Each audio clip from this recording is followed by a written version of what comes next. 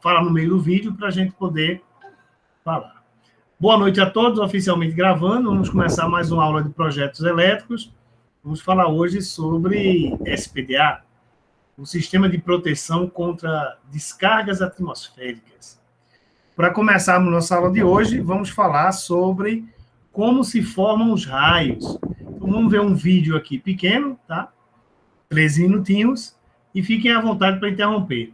Eu vou passar o vídeo, me respondam, me informem se vocês estão ouvindo o áudio do vídeo, tá?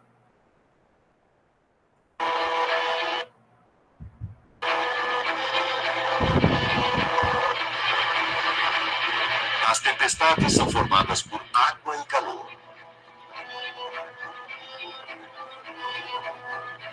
Quando bolsas de ar úmido são aquecidas pelo sol, elas só... Estão ouvindo o áudio, pessoal? Estamos sim, professor. Ok. Enquanto ganham altura, o ar à sua volta fica mais frio e a pressão atmosférica diminui. A umidade se esfria e condensa para formar nuvens.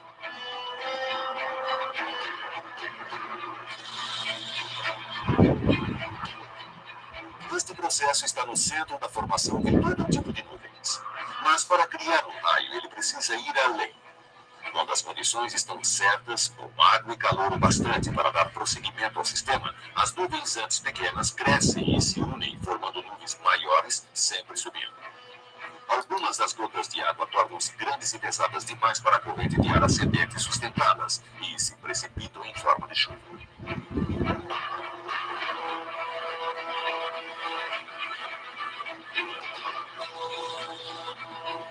Mas as fortes correntes de convecção elevam as menores gotículas cada vez mais alto. E na região superior da nuvem, que é a mais fria, elas se congelam, formando minúsculos cristais de gelo.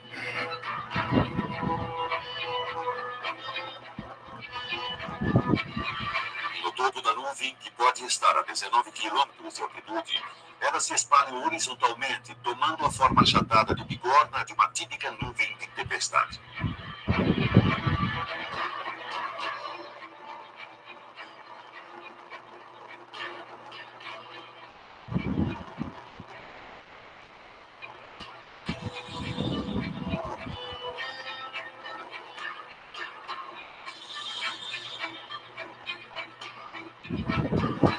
Mais água congela nas partículas de gelo e elas crescem e formam um granizo que passa de volta através da nuvem.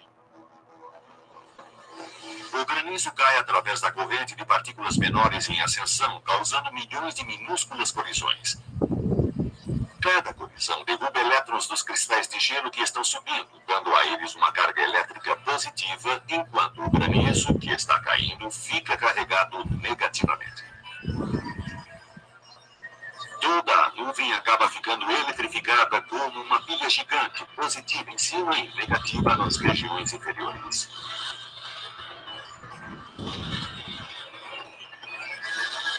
Algo tem de acontecer.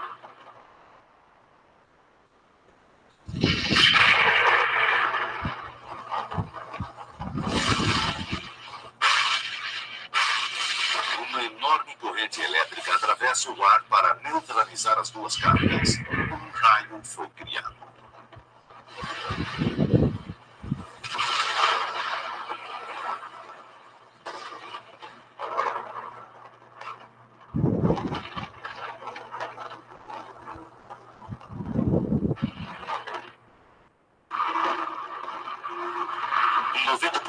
De todos os raios nunca tocam no solo. Eles ocorrem dentro da nuvem de tempestade e o saltam de uma nuvem para outra. Um único raio pode iluminar toda uma nuvem por dentro. Ele recebe o nome de descarga com formato de lâmina.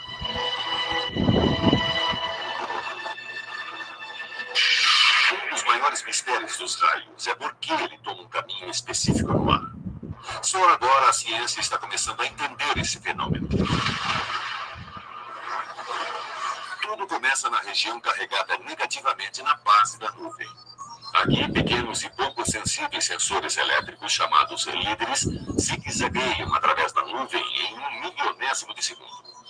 Cada sensor salta a cerca de 46 metros, faz uma pausa e salta novamente, ramificando-se e espalhando-se pela nuvem. Ocasionalmente, um líder deixa a nuvem e salta em direção à Terra. A aproximadamente 91 metros acima do solo, sua intensa carga negativa começa a afetar a Terra imediatamente abaixo.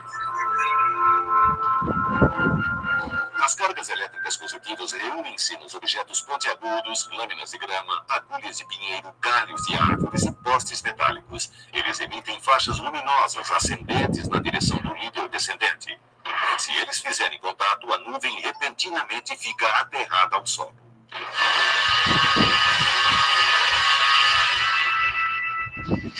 Uma enorme descarga elétrica irrompe através do canal.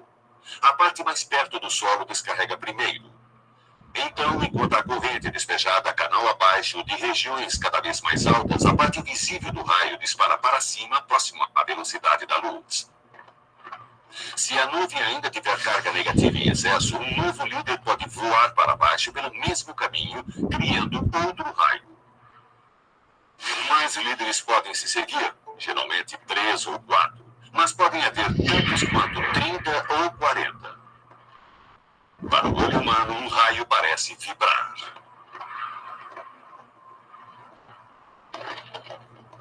Estas imagens contêm um raro exemplo de um raio indo para cima, capturado pela câmera. À velocidade normal, ele aparenta ser só mais um raio caindo por perto. Mas vendo o filme quadro a quadro, logo antes do raio principal, outro raio é claramente visível serpenteando de baixo para cima. Na verdade, o raio principal atingiu o solo a última distância, porque o outro não fez contato. Caso contrário, o cinegrafista correria um grave perigo. Ainda assim, sempre houve pessoas preparadas para tentar o destino, colocando-se no caminho de um raio. Em 1752, Benjamin Franklin empinou uma pipa no centro de uma tempestade e observou faíscas saltando do cordão molhado até uma chave que estava amarrada na sua mão. Foi o início da ciência do raio.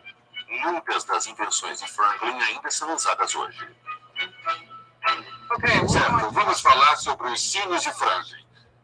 Este é um dispositivo eletrostático que utiliza o que chamamos de eletricidade atmosférica. Franklin projetou isto para saber quando as tempestades se aproximariam. Ele aterraria um sino e ligaria um para-raio ou uma grande antena ao outro sino.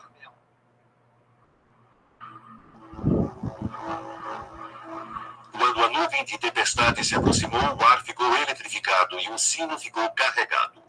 O pêndulo transferiu a carga para a Terra através do outro sino. Quando os sinos começaram a soar, Franklin sabia que uma tempestade se aproximava.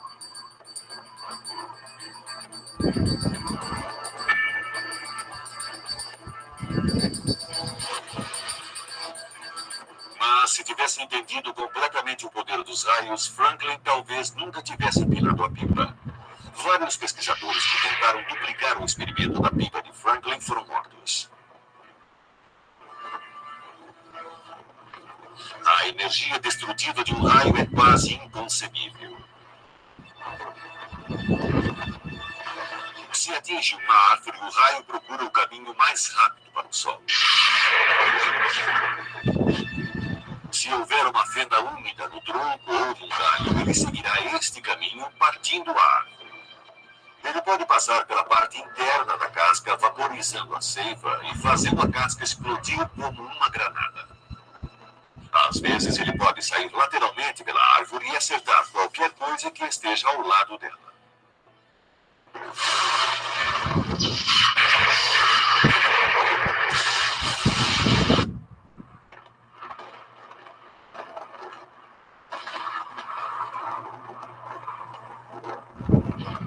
Sua imprevisibilidade e força tornam a proteção contra raios um grande desafio. Aonde ele irá cair? Que medidas preventivas podemos tomar? Para ajudar a responder a essas perguntas, em Camp Blanding, perto de Gainesville, na Flórida, cientistas passam os meses de verão provocando raios, usando princípios que Benjamin Franklin facilmente teria reconhecido.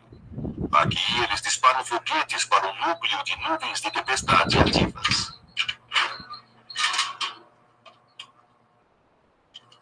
O local fica no Corredor dos Raios, um cinturão de terra ao longo do centro da Flórida. O Corredor dos Raios tem mais tempestades do que em qualquer outro lugar da América. O foguete leva atrás de si um fio de cobre fino. A ideia é fazer com que o raio atinja o foguete e depois siga o fio até o solo. Os pesquisadores então podem estudar e medir os efeitos do raio de perto.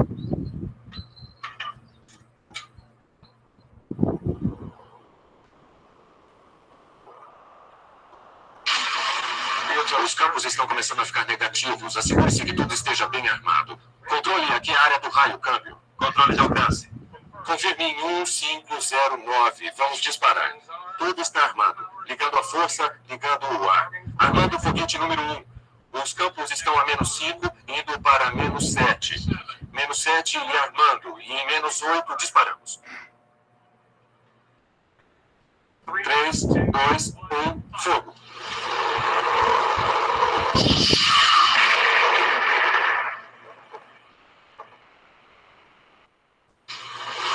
Este é um trabalho potencialmente e altamente perigoso. A segurança é extrema.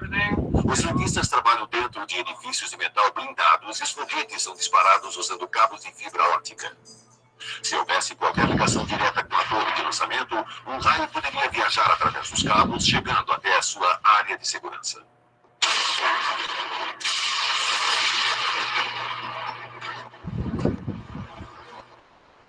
Esses são os dois tipos de foguetes que usamos agora. Essa é a bobina que prendemos ao fundo. É muito forte e tem um miolo de cobre para dar condutividade ao raio.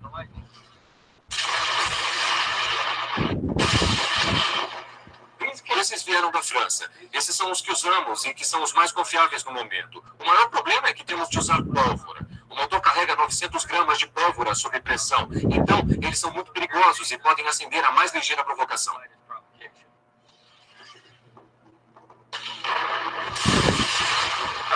Esse é o outro tipo que estamos usando agora, que é muito mais adequado, porque ele tem um paraquedas preso. Assim, ele é reciclável. Isso aqui é antes. E isso é depois. A principal meta da pesquisa é testar os cabos e o maquinário usados na indústria da energia elétrica. Cortes de energia frequentemente são causados por raios que atingem grandes instalações ao ar livre. Os pesquisadores medem as enormes sobretensões de energia durante a queda dos raios provocados para ajudá-los a desenvolver sistemas novos à prova de raios. Provocar raios com sucesso exige experiência e habilidade. O momento do lançamento precisa ser cronometrado com precisão. Como as cargas negativas aumentam nas nuvens, sensores medem o campo positivo correspondente no Sol. Eles só podem disparar quando este campo atinge um nível crítico. Mesmo assim, eles nem sempre são bem-sucedidos. Eles provocam raios em cerca de 70% dos lançamentos. Às vezes, eles conseguem mais do que pediram, e o raio provocado dispara raios naturais muito mais potentes.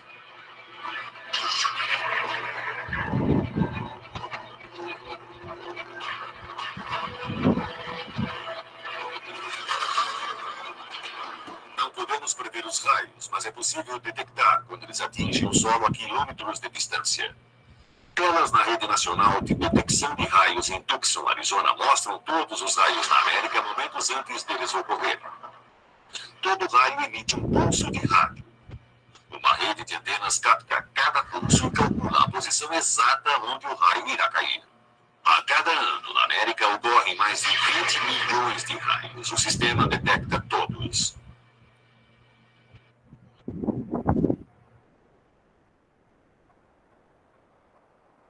E aí, o que acharam?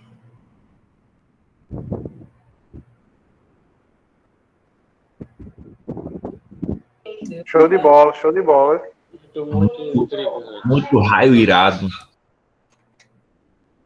Exceto esse finalzinho que aparece o cowboy ali sem camisa, o vídeo é bem interessante, né? Serve para tirar várias dúvidas. É verdade. Eu vi uma partezinha ali que o avião passa entre as nuvens. Isso. É uma delícia quando você passa entre as nuvens. É verdade. Porque o avião balança um bocado. É uma adrenalina e tanto. Quem tem problema de coração... Mais rápido do que a bala de uma arma. Vocês viram que esse primeiro vídeo que eu passei, ele mostra como é que se forma o raio, né?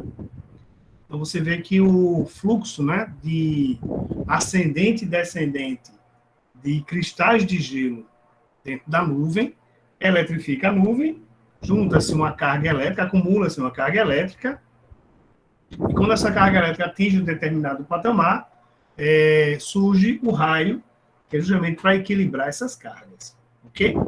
Então, observem que é algo bem interessante. Apesar das pessoas terem medo do trovão, né, o trovão ele é completamente inofensivo. Né? No vídeo, na verdade, nem se fala do trovão, porque, na verdade, o trovão é só a expansão do ar em torno do raio. Tá? O raio, na verdade, é o que causa todo o dano. Né? Causa todo o dano. Ok? Alguma pergunta, alguma observação de vocês? É tipo, quando a gente escuta um estrondo de um trovão, isso significa que o raio ele já foi gerado ali, não é isso? Exatamente. Quando você escuta o trovão, né? Quando você escuta o trovão, lembrando o seguinte, pessoal, o trovão, ele é um som. Então, a velocidade do som no ar atmosférico é aproximadamente de 300 metros por segundo. O raio, ele se desloca na velocidade da luz. A luz se desloca a 300 mil quilômetros por segundo. Então, ele é um pouquinho mais rápido, né, do que o trovão. Então, quando o trovão vem, o raio já destruiu um bocado de coisa, tá certo?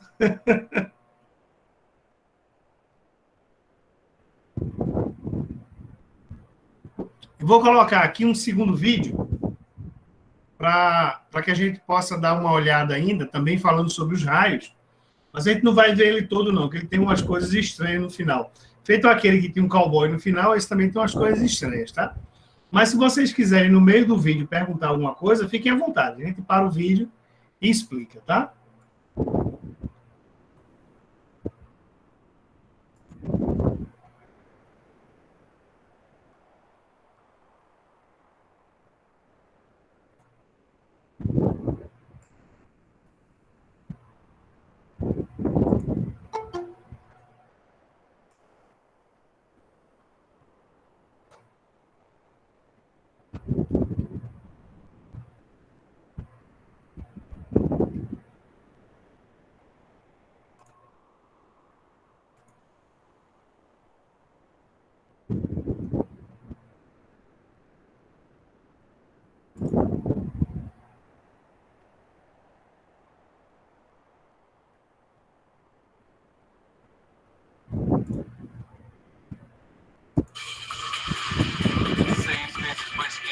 Superfície do Sol.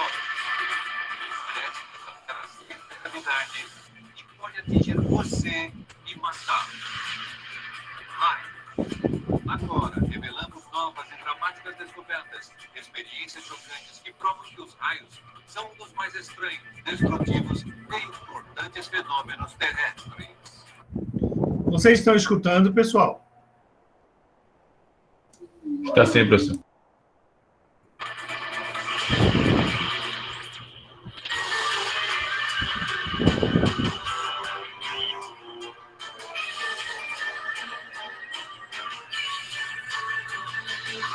Mistérios da ciência e o poder dos raios. O raio. Gigantescas faíscas de eletricidade estática rasgam a atmosfera a 96 milhões de quilômetros por hora. Até 1 bilhão de volts cortam no ar. Naquele instante, a corrente cria ondas de luz. Vemos um brilhante raio de luz Professor, dê uma aumentada no som, por favor. O ar dentro dele se aquece. Já está no máximo. 7.760 graus centígrados. Bota o fone, Jefferson. Ele se expande tão rapidamente que explode. Ouvimos ouvimos um estrondo ensurdecedor de trovão. Tudo isso acontece mais rápido do que um piscar de olhos, até 8 milhões de vezes por dia. Esse é um dos fenômenos da natureza mais frequentes e melhores observados, mas é também um dos menos compreendidos. Provavelmente sabemos mais sobre como se dá a explosão de uma estrela, meia galáxia daqui, do que sobre um raio apenas poucos quilômetros acima de nossas cabeças. Cientistas estão usando toda a tecnologia existente para ver os raios como eles nunca antes foram vistos. E estão descobrindo que eles são ainda mais poderosos. Estamos falando de algo de até bilhões de volts. São 200 mil amperes. É uma pequena usina elétrica. É enorme. E mais importantes do que jamais se imaginou. É provavelmente uma daquelas partes fundamentais da equação que realmente contribuem para a vida na Terra. Para desvendar seus segredos, seguimos um raio em sua jornada desde a criação, destruição e além. Poucas pessoas experimentaram a incrível força de um raio mais de perto do que o ex-corretor da bolsa, Michael Utley. Maio de 2000. Utley está jogando golfe em seu clube em Cape Cod, Massachusetts. Acima dele, uma tempestade se forma. 30 mil amperes de eletricidade abrem seu caminho a fogo através da atmosfera, a 96 milhões de quilômetros por hora, indo direto em direção à lâmpada. Soa a sirene de alarme. É a última coisa de que ele se lembra. A primeira coisa de que eu me lembro depois do raio foi 38 dias depois do que aconteceu. Em menos de meio segundo, a vida de Utley mudou para sempre. Eu abri meus olhos e percebi que eu estava numa ambulância. Eu tinha feito a traqueotomia, por isso eu não conseguia falar. Era como o poderoso chefão e eu perguntei, onde eu estou? E ele olhou para mim e disse, você está indo para a reabilitação. Você foi atingido por um raio 1 mês atrás. Utley nunca viu um raio que o atingiu. Ele não se lembra daquele dia terrível. Reconstituímos aqueles momentos que se perderam. Nos colocamos no lugar de Utley a fim de acompanhar um raio à medida que ele atravessa o corpo humano e examinar seus devastadores efeitos em detalhes forenses. Começamos com o momento do impacto. Há um raio. Eletricidade rompe pelo seu corpo e faz seu coração parar. Você está morto. The lightning goes by, percorre o corpo e faz o coração parar e você fica 100% dependente de que alguém faça uma ressuscitação cardiopulmonar. Você está caído ali, não está respirando, seu coração parou. É isso. A ressuscitação o traz de volta à vida, mas sua taxa de batimento cardíaco ainda é errática. É uma corrida para se chegar ao pronto-socorro. Departamento de Emergência da Universidade de Illinois, em Chicago. Se você for atingido por um raio na Cidade dos Ventos, esse poderia ser o primeiro lugar para onde viria. E a primeira pessoa que verá será, provavelmente, a doutora Mary Ann Cooper, médica de emergência e chefe do programa de pesquisa sobre ferimentos provocados por raios. A causa número 1 de morte provocada por raio é parada cardíaca no momento do choque. A corrente pega uma carona na própria corrente elétrica do corpo. Rota número 1. Sistema nervoso autonômico. Ele corre por sua espinha e controla funções involuntárias. Respiração, digestão, batimento cardíaco. Rotas número 2 e 3. Sangue e músculos cheios de eletrólitos, ácidos, sais e outros elementos químicos. Essenciais para a vida, condutores elétricos. Juntos, eles oferecem à corrente uma rota através do organismo, direta até o seu coração. O marca-passo interno do coração gera correntes elétricas que controlam seu ritmo.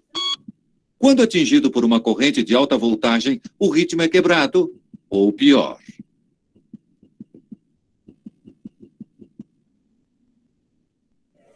Mas mesmo que você sobreviva ao choque, uma série de ferimentos estranhos e traumáticos irão acometer seu organismo. Ser atingido por um raio pode levar ao espasmo dos vasos sanguíneos, deixando você temporariamente paralisado. Quando você olha para as extremidades, elas estão frias, manchadas, azuis. A impressão que todo mundo tem é que se está morto. Eu fiquei bastante paralisado e não conseguia engolir, não conseguia falar. Meu corpo estava completamente arrasado. Para Utley, danos aos nervos e músculos significam anos de extenuante reabilitação, mas alguns ferimentos duram a vida toda. Ser atingido próximo da cabeça envia corrente para os olhos e pode deslocar a retina. A onda de choque pode romper os tímpanos e às vezes pode fraturar o crânio. Flores e raios, conhecidas como figuras de Lichtenberg. A corrente rompe os minúsculos vasos capilares para criar um registro fossilizado de seu percurso através da pele. O mesmo processo pode às vezes ser visto em um campo de golfe. Mas nem todos os efeitos de um raio são assim fáceis de serem vistos. Eu, sem dúvida, sou a mesma pessoa com quem minha esposa se casou antes do incidente. Eu a mudei. Antes do raio, Utley era instrutor de esqui, um entusiasta de esportes radicais. Eu costumava estar à frente, eu era muito bom. Hoje ainda sou bom, se seguir tudo direitinho, mas quase não consigo. É frustrante, sem dúvida. Você vive de uma forma bastante diferente. A mortífera trilha de destruição de um raio, dos nervos ao coração, nada está em segurança. Mas apesar de tudo isso, 90% das vítimas de raios sobrevivem. O sobrevivente Michael Utley quer saber por quê. Para descobrir, Utley irá testemunhar uma dramática demonstração na Lightning Technologies, em Pittsfield, Massachusetts. O que estamos fazendo aqui é tentar ver como o raio pode romper através da superfície do corpo humano.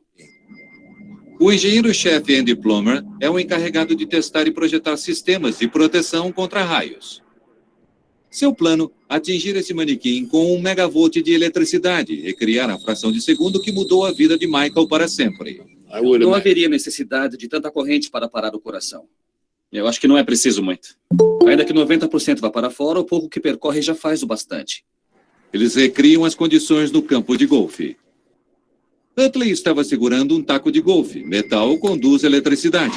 Era um dia quente, ele estava transpirando, o que também envolve condutividade. Poderiam esses dois fatores explicar o fato de ele ter sobrevivido? O suor humano possui um pouco de condutividade. Assim, o Bob aqui está colocando um pouco de solução de sal, apenas para simular a condutividade que existia em você no dia em que foi atingido pelo raio. Excelente. Isso aí, Bob, começa a carregar. 5, 4, 3, 2, 1. O impacto é tão rápido que precisamos congelar o momento. O suor conduz o enorme impacto de eletricidade bem pelo lado direito do corpo. O taco de metal fornece o caminho até o solo. A corrente letal se desvia dos órgãos principais. A experiência sugere que para a maioria das pessoas atingidas por raios, há outros fatores em jogo, como o taco ou o suor que desviam a corrente mortal, explicando sua sobrevivência. Ao que parece, é possível que Utley deva sua vida a essas duas coisas bastante simples. Uma vida que ele continua lutando para reconstruir. Hoje, ele desfruta normalmente de jogos de golfe e usa o mesmo taco que salvou sua vida. Mas ele não se arrisca. Se há uma coisa que eu diria às pessoas a respeito de raios, seria: quando vir uma tempestade, vá para dentro de casa, pois não existe um lugar seguro do lado de fora durante uma tempestade. Vimos a força mortífera dos raios. Agora precisamos saber o que eles são, o que dá origem a essa incrível força. Essa busca nos leva a um dos lugares com mais tempestades do mundo e alguns dos mais espetaculares raios sobre a face da Terra.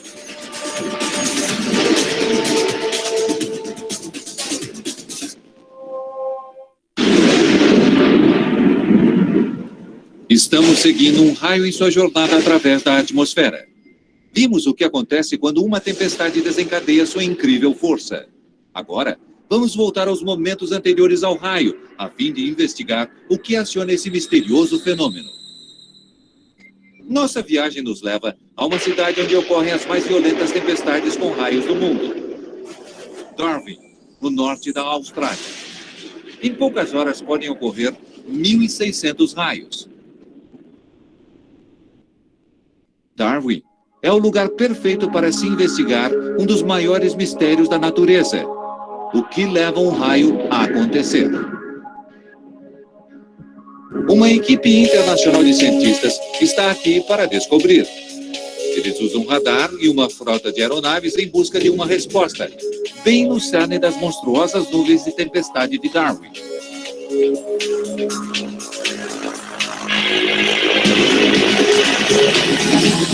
Uma potente mistura de calor e úmido ar tropical significa que essas não são nuvens comuns. Chamadas cumulonimbus, elas podem se elevar até 12 mil metros, a velocidades de 96 km por hora. 21 quilômetros acima, altura 2 vezes maior do que a de um jato de passageiros. Acima da tempestade, um antigo avião espião russo adaptado coleta dados sobre a nuvem abaixo. Em algum lugar dentro dessa nuvem, um raio está se preparando para entrar em ação. Compreender como isso acontece tem intrigado cientistas há séculos. Mas eles acreditam que a nuvem atua como um gerador elétrico gigante. Dentro da nuvem, minúsculas gotas de água vão para cima. Elas se congelam e caem de volta como gelo. Elas se esfregam umas contra as outras. Partículas eletricamente carregadas se transferem de uma para outra. As partículas de água e gelo, que outrora eram neutras, agora são carregadas positiva ou negativamente. As partículas negativas mergulham para o fundo da nuvem. As positivas se elevam até o topo, separando as cargas positiva e negativa. Quando se unem novamente, acontece o raio. Essa é a teoria, mas a realidade é ainda mais estranha. O ar não é um bom condutor. A eletricidade não é capaz de passar por ele facilmente. Para deixar que a corrente passe, a estrutura atômica do ar precisa ser literalmente rompida. Para isso acontecer, são necessários milhões, até bilhões de volts. Cientistas pesquisam os céus em busca dessa enorme carga elétrica. Mas mesmo nas imensas nuvens de tempestade de Darwin, ela nunca foi encontrada. Na história dos raios, falta uma peça. É um quebra-cabeça que tem fascinado o físico John Dwyer, do Instituto de Tecnologia da Flórida. O assunto raio é quase constrangedor. Temos estudado raios desde os tempos de Franklin, e em mais de 200 anos ainda não respondemos à grande pergunta. Como funciona um raio? Como ele tem início nas tempestades? Como ele se propaga por quilômetros através do ar, desde lá em cima, onde é iniciado, até atingir nossos pés? De uma coisa podemos ter certeza. Raio é eletricidade estática, e você pode produzi-la em casa. Deixe eu tirar o sapato. E então vou esfregar meus pés no tapete. Conforme esfrego meus pés, a fricção irá separar a carga elétrica. A carga positiva irá para um lado e a negativa para outro. Agora, quando as cargas se separam, elas querem se unir novamente. Um grande campo elétrico pode ser formado, e quando isso acontece, você terá uma faísca. Acreditamos que algo assim aconteça em uma nuvem de tempestade quando produz um raio. Para enviar uma corrente através dessa minúscula distância são precisos 25 mil volts. Mas os raios podem chegar a ter 192 quilômetros de comprimento. Para enviar uma corrente através de todo esse ar, são precisos milhões de volts, uma enorme carga elétrica que até agora os cientistas não conseguiram encontrar. É preciso perguntar, onde está o dedo que está concentrando a carga, levando esses enormes campos a produzirem a faísca? E estamos tendo um trabalho realmente difícil, tentando descobrir onde esse dedo está. Tempestades são violentas. Raios são imprevisíveis. Chegar perto o bastante para fazer medições é praticamente impossível. Cientistas não podem chegar até os raios. Assim, no Centro Internacional para Pesquisa de Raios da Universidade da Flórida, eles trazem os raios até os cientistas. O que fizemos foi usar raio acionado por foguete. Você pode dizer ao raio onde e quando ocorrer. Dwyer e a equipe lançam um foguete em uma nuvem de tempestade carregada. Pronto para disparar. Armando o foguete. 5, 4, 3, 2, 1... Ele segue um fio de cobre que age como um condutor de raio. Milhões de volts de eletricidade correm da nuvem para o solo. Dwyer usa informações desse acontecimento para investigar como os raios podem passar através de quilômetros de ar. E ele procura a resposta no espaço. Em uma galáxia distante, Uma estrela explode. Milhões de partículas microscópicas eletricamente carregadas são forçadas para fora do espaço. Esses são raios cósmicos. Viajando próximo da velocidade da luz, eles cruzam milhões de quilômetros, milhões de anos-luz para chegar à Terra. Dwyer se pergunta: poderiam os raios cósmicos explicar como a eletricidade viaja através de quilômetros pelo ar? Bilhões desses raios bombardeiam nosso planeta a cada segundo. Eles são invisíveis e inaudíveis. Mas quando um raio cósmico viaja através da atmosfera, ele momentaneamente destrói a estrutura molecular do ar. Isso produz raios X, ondas eletromagnéticas de radiação que podem ser mensuradas. Poderiam os raios cósmicos ser o elo perdido na história dos raios? Parece ficção científica. Até mesmo o otimista Dwyer acredita que seja um tiro no escuro. Quando fizemos nosso primeiro raio e fizemos nossa primeira medição de raio-x, eu nem ao menos chequei as informações, senão algumas semanas depois, pois eu realmente não estava esperando ver nada. Quando eu finalmente fiz isso, ali estava na tela um impulso de raio-x, bem onde ocorrera o raio. E eu pensei, qual a probabilidade disso acontecer? Quer dizer, bem ali, ao mesmo tempo. E então olhamos para a ocorrência seguinte, e havia outro impulso ainda maior. Olhamos para a ocorrência seguinte e vimos outro impulso. A cada vez que olhávamos, víamos um grande rompimento de raio-x atingindo nosso instrumento, no momento exato em que ocorria o raio. Para Dwyer, trata-se de uma pista. Alguma coisa alterou a estrutura atômica do ar, e ele acredita que possam ser os raios cósmicos. Há séculos trabalhamos com o pressuposto de que raios sejam simplesmente uma forma normal de descarga, como o dedo tocando a maçaneta. Agora, de repente, vemos que isso estava errado. Se Dwyer estiver certo, quando um raio cósmico atinge uma nuvem, ele provoca um enorme momentâneo aumento de eletricidade, suficiente para criar uma faísca, mas breve demais para ser mensurado. O raio desce rapidamente em direção ao solo. As partículas, muito rápidas, colidem com moléculas de ar e as despedaçam. Por uma fração de segundo, o ar se torna eletricamente condutor e fornece o caminho para baixo, por onde a corrente pode se precipitar. Agora ocorre o raio. Um canal de carga elétrica negativa é disparado da parte de baixo de uma nuvem. Ela se dirige ao solo em etapas rápidas, cada uma levando apenas 50 milionésimos de segundo. À medida que se aproxima, ela provoca um efeito estranho no solo abaixo. Partículas positivas no solo ou em objetos sobre ele são atraídas por seus opostos negativos. Uma nuvem de tempestade pode criar dezenas desses canais positivos e negativos. A maioria não se conecta, mas quando o fazem, milhões de volts de eletricidade correm entre a nuvem e o solo. O raio propaga-se para cima, assim como para baixo. O ar se ilumina, vemos o raio, ouvimos o ar explodir.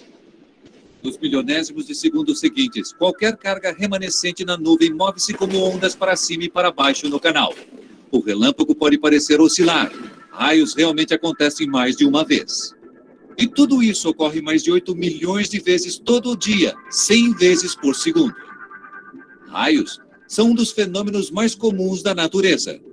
E se as teorias de Joe Dwyer estiverem corretas, o fenômeno é também um dos mais incríveis. Se essas ideias estiverem corretas, então pode haver uma conexão entre o raio que vemos e uma estrela explodindo no meio da galáxia 1 milhão de anos atrás. À medida que seguimos um raio, viajamos em menos de meio segundo, desde o início até a faísca, do impacto à criação. Agora, nos momentos após o impacto, entramos em um mundo estranho de bolas de fogo, OVNIs e aparições fantasmagóricas. Estamos seguindo um raio em sua jornada através da atmosfera. Rastreamos suas origens, investigamos o terrível momento do impacto. Agora, nossa busca nos leva aos momentos após o raio, a um mundo crepuscular que parece saído diretamente das páginas de uma revista em quadrinhos de ficção científica. 19 de março de 1963. Voo EA-539 da Eastern Airlines, de Nova York para Washington. 00:05. O avião se depara com uma tempestade. Há um estrondo muito forte e um clarão. Segundos depois, uma brilhante bola emerge da cabine do piloto. A bola branca azulada paira sobre o corredor e flutua lentamente em direção à parte traseira do avião. Ela chega à parte de trás do avião e desaparece. Por incrível que pareça, o avião continua sem qualquer dano. Mas isso não foi fantasia, foi um fato. E não era o primeiro relato desse tipo. Na Segunda Guerra Mundial, pilotos relataram estranhas bolas de luz que pareciam seguir seus aviões. Pilotos americanos deram a elas o nome de Foo Fighters. Há milhares de anos, pessoas alegam ter encontrado esferas faiscantes, como fantasmas, mensagens dos deuses e objetos não identificados. Mas havia algo de diferente acerca do relato da Eastern Airlines. A testemunha não era um piloto de caça movido por adrenalina ou um místico medieval. Ele era um cientista, professor de uma renomada universidade britânica. De repente, cientistas passaram a dar atenção a isso. Um cientista que foi inspirado por seu próprio encontro direto é o físico nuclear Dr. Graham Hubler. Eu mesmo vi uma bola de luz, por isso eu sei que isso existe. Um Hubler adolescente está em um encontro em um parque no interior de Nova York. Irrompe uma tempestade. O casal se abriga em um coreto. E de repente, à nossa esquerda, estávamos sentados ali desprotegidos do lado esquerdo. E à nossa frente, do lado esquerdo, vimos uma bola se aproximando, uma bola de luz. É claro que ficamos aterrorizados, não sabíamos o que era aquilo. Lentamente a bola se aproxima. Ela estava a cerca de uns 30 metros de distância e se aproximava lentamente de nós, como que vagando de um lado para outro, tranquilamente. Ficamos olhando para essa coisa, só que, na verdade, estávamos os dois paralisados. Para o horror dos dois, a bola entra no coreto e rola através do solo, passando pelos pés do casal com um barulho estranho. O barulho que fazia era como o de um fósforo que acabara de ser aceso. Do outro lado do coreto, a bola pula de volta para cima e sobe e sai pela parte aberta. Ela pulou de volta cerca de quase 2 metros do chão e partiu uns 6, 9 metros noite adentro. E aí, muito rapidamente, caiu no chão e desapareceu sem um barulho sequer. A experiência deixa Hubler com uma fascinação por bolas de luz. Ele coleciona milhares de relatos de testemunhas. Há múltiplas bolas de luz. Bolas que caem do céu, que explodem, que assobiam, giram, flutuam, saltam. Foram até vistas atravessando objetos sólidos, sem deixar vestígios. Não existe uma boa teoria que explique as características de bolas de luz. Diferentes teorias podem explicar uma ou duas das características de bolas de luz, mas nenhuma delas consegue realmente dar uma boa explicação. Um homem que examinou todas as provas e investigou todas as teorias é o físico Mark Stanhoff. Deve haver tantas teorias acerca de bolas de luz quanto cientistas que têm investigado. Mas há uma coisa com que praticamente todos concordam. Bola de luz é provavelmente plasma. Plasma é a forma mais comum de matéria no universo. O Sol, fogo, raio e o espaço entre as estrelas são todos plasma. Não é difícil fazer plasma. Faça uma corrente percorrer um gás e ele irá espontaneamente emitir luz. Mas explicar como uma bola de fogo pode se materializar saindo do nada tem deixado perplexos os cientistas há séculos. Creio que logo que vemos algo que não podemos explicar, especialmente alguma coisa tão bizarra quanto essa, costumamos sair de nossos limites normais e explicar essas coisas usando, se você desejar, explicações bastante sobrenaturais. Uma das teorias mais sensatas é que a bola de luz seja produzida por um fenômeno raro, conhecido como relâmpagos esféricos. O vídeo mostra um raio que parece quebrar-se em pequenas esferas. Alguns cientistas argumentam que bolas de luz sejam esferas de plasma que se separou da faísca. Mas existe um grande problema. Testemunhas falam de bolas que duram minutos. Essas esferas desaparecem em menos de meio segundo.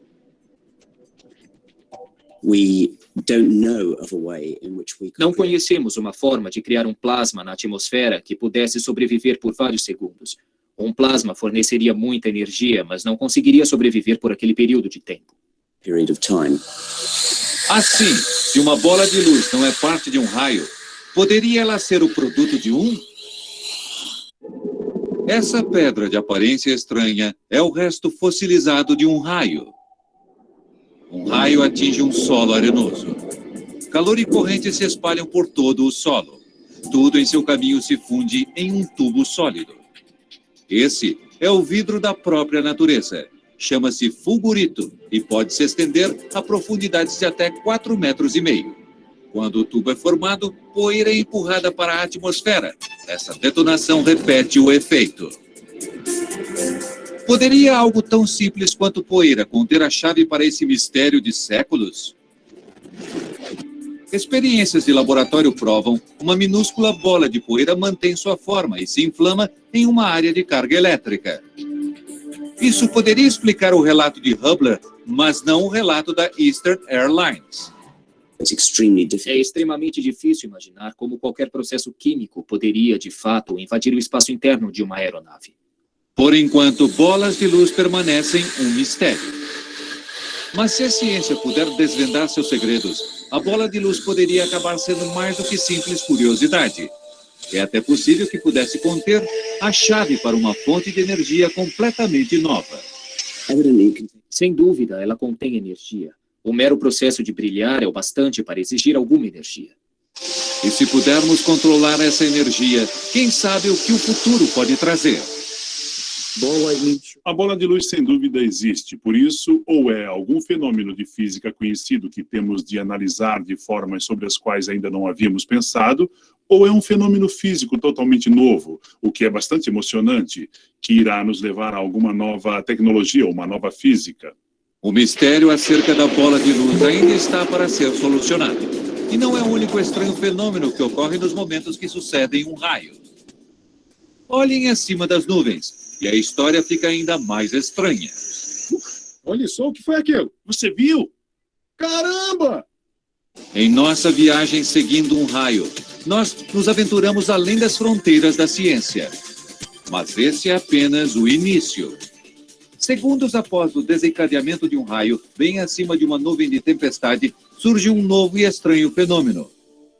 6 de julho de 1989. Físicos da Universidade de Minnesota testam uma nova câmera low light. Eles pretendem usá-la em uma experiência com um foguete de grande altitude.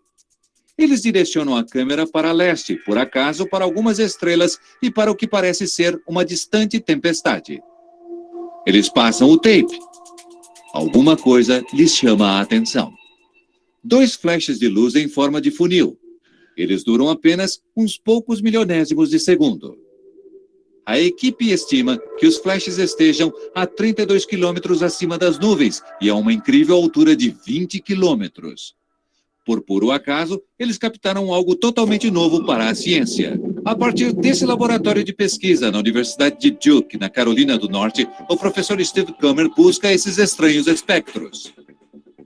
É emocionante fazer parte de algo fundamentalmente novo que ninguém jamais viu. É como uma grande surpresa essas coisas terem estado lá o tempo todo sem que ninguém soubesse. Claro. As 2 colunas de luz oscilam acima de uma tempestade à distância. Então, o que são elas? Ao redor do mundo, cientistas de raios estão em uma busca para descobrir. Eles não precisam olhar longe. Cientistas revêem centenas de horas de vídeo feitos do ônibus espacial.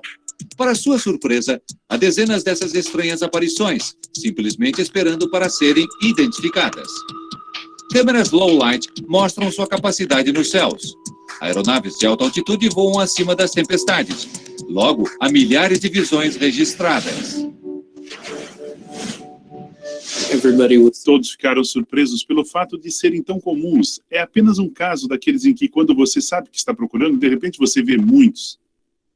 Cientistas o chamam de sprites, devido à sua aparência elusiva e fantasmagórica. Eles parecem dançar acima das nuvens de tempestade no céu à noite. Em grupos de 2 ou 3, eles duram menos do que 10 milésimos de segundo. Pesquisadores da Universidade Fairbanks, no Alasca, calculam que eles ocorram na atmosfera em média de 40 a 96 quilômetros acima da Terra e que podem se estender por até 56 quilômetros. Observações sugerem que sprites são relacionados aos raios. Mas como? Em um campo na Carolina do Norte, uma antena capta os sinais de rádio produzidos por um raio. Steve Kummer usa isso para ouvir o barulho do rádio feito por descargas de raios individuais. O equipamento é tão sensível que consegue detectar raios no momento em que ocorrem em qualquer parte do planeta. Cada um desses impulsos individuais é um daqueles impulsos de um raio que cai em alguma parte do planeta. Kummer usa esses dados para medir o tamanho de cada raio. Ele os compara com as visões de sprites vindas de outras estações de pesquisa. Surge um padrão. Sprites ocorrem em frações de 1 segundo depois de um raio, mas somente depois dos mais poderosos raios. Kummer acredita que essa enorme liberação de energia cause uma perturbação na atmosfera acima.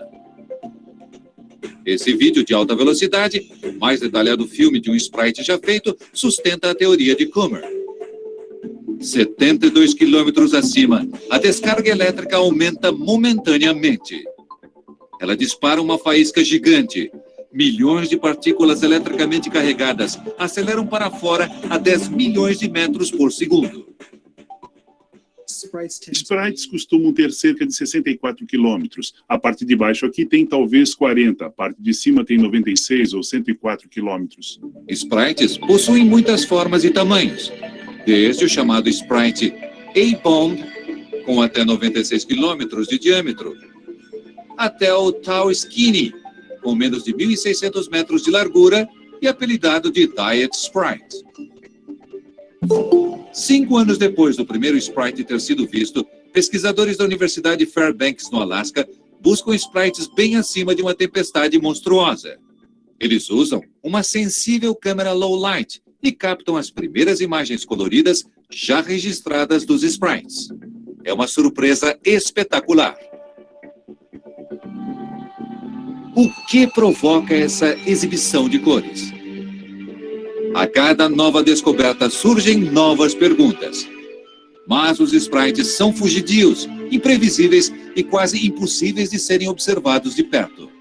Por isso, Earl Williams, do MIT, criou sua própria maneira de observação. Ele a chama de sprite na garrafa.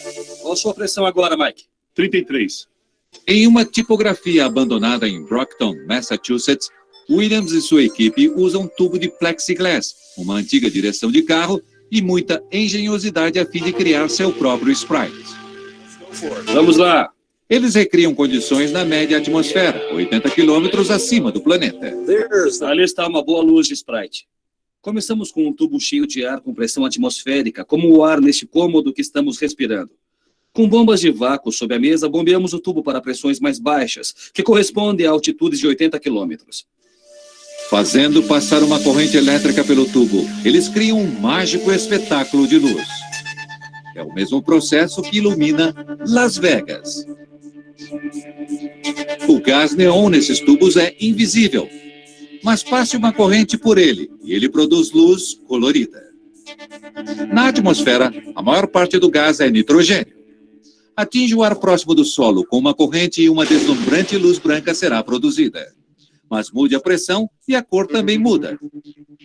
80 quilômetros acima na atmosfera terrestre, baixa pressão significa que o nitrogênio produz luz vermelha. Mas à medida que o sprite se estende em direção à Terra, a pressão do ar aumenta sob a gravidade, a luz se altera para roxo e então para azul. Nos céus, eles duram apenas uns poucos milionésimos de segundo. Mas com o sprite na garrafa, Williams pode estudar as forças que os moldam em seu próprio tempo. Mas mesmo sob as condições controladas do laboratório, o sprite é uma criatura volátil. Está subindo. Vou deixar o ar, está subindo. Isso, dê tudo que tem. Uma bela exibição. É bem bonito. Gosto disso. Belos discos.